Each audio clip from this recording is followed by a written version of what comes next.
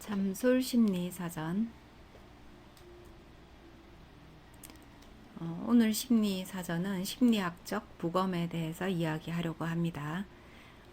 부검이라고 하는 것은 사망자 또는 자살자를 포함한 것이죠.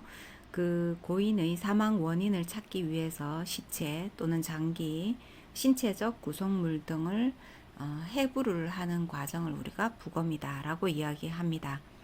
그러면 심리학에서의 부검이라고 하는 것은 사망자 또는 자살자의 심리를 부검하는 것이죠.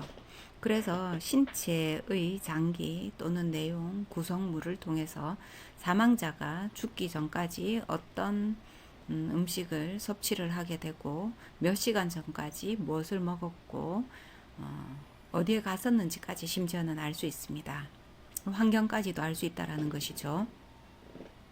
그것과 마찬가지로 심리를 부검함으로 인해서 자살자가 사망 또는 사망자가 사망에 이르게 된 그 순간까지의 심리, 마음 상태를 알 수 있게 하는 것이 바로 심리학적 부검입니다. 심리학적 부검에서는 대부분 주변인들을 대상으로 인터뷰를 통해서 이루어지고 있고, 사망자가 죽기 직전까지 남기고 간 삶의 흔적을 통해서 그 사람의 성향, 그 다음 판단력, 그 다음에 심리에 영향을 미쳤을 중요 사건, 이러한 것들을 알 수 있게 됩니다.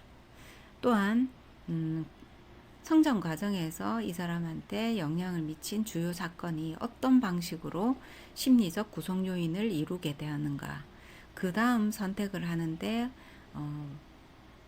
어느 정도의 강력한 영향력을 가지게 되었는가, 이런 것들을 판단하게 되죠. 또한 그 사람이 생애에서 무엇을 추구하고 살았는가도 우리가 어느 정도는 알 수 있습니다. 또한 죽음을 선택하게 된 원인이나 배경까지도 거의 정확하게 알 수 있게 되는 것이죠.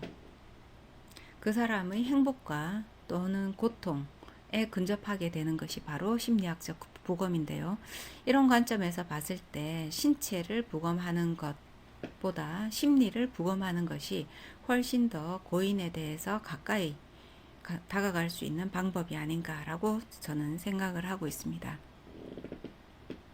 심리 부검을 통해서 우리는 고인에 대해서 보여지는 부분뿐만 아니라 그 사후에도 그 사람에 대한 공감, 그 고인의 삶 자체에 대한 가치를 우리는 재평가할 수 있습니다.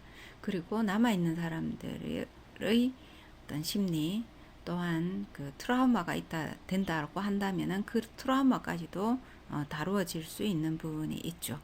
그래서 죽음에 대한 의미를 부여하게 되고, 또한 그 사람의 삶에 대한 의미를 동시에 부여하게 되는 것이 바로 심리학적 부검입니다.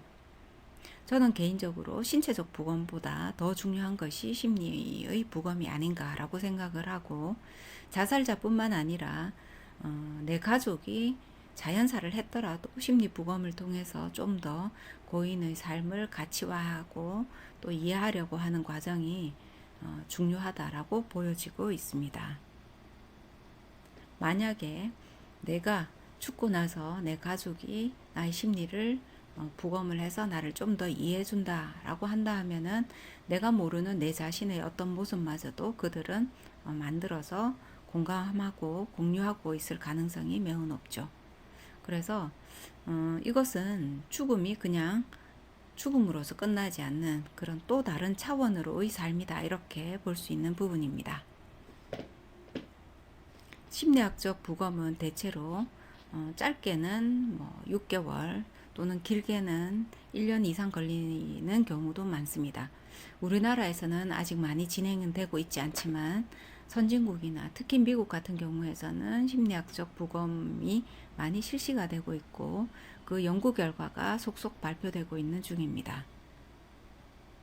이것은 우리가 내 삶, 다른 사람의 삶뿐만 아니라 고인의 삶뿐만 아니라 내 삶도 소중하게 돌아볼 수 있고, 내 삶도 하나씩 뭔가 이루어가고 채워가고 할 수 있는 중요한 교훈이 되기 때문이죠. 자, 오늘은 사이콜로지카 옵토시에 대해서 이야기했습니다.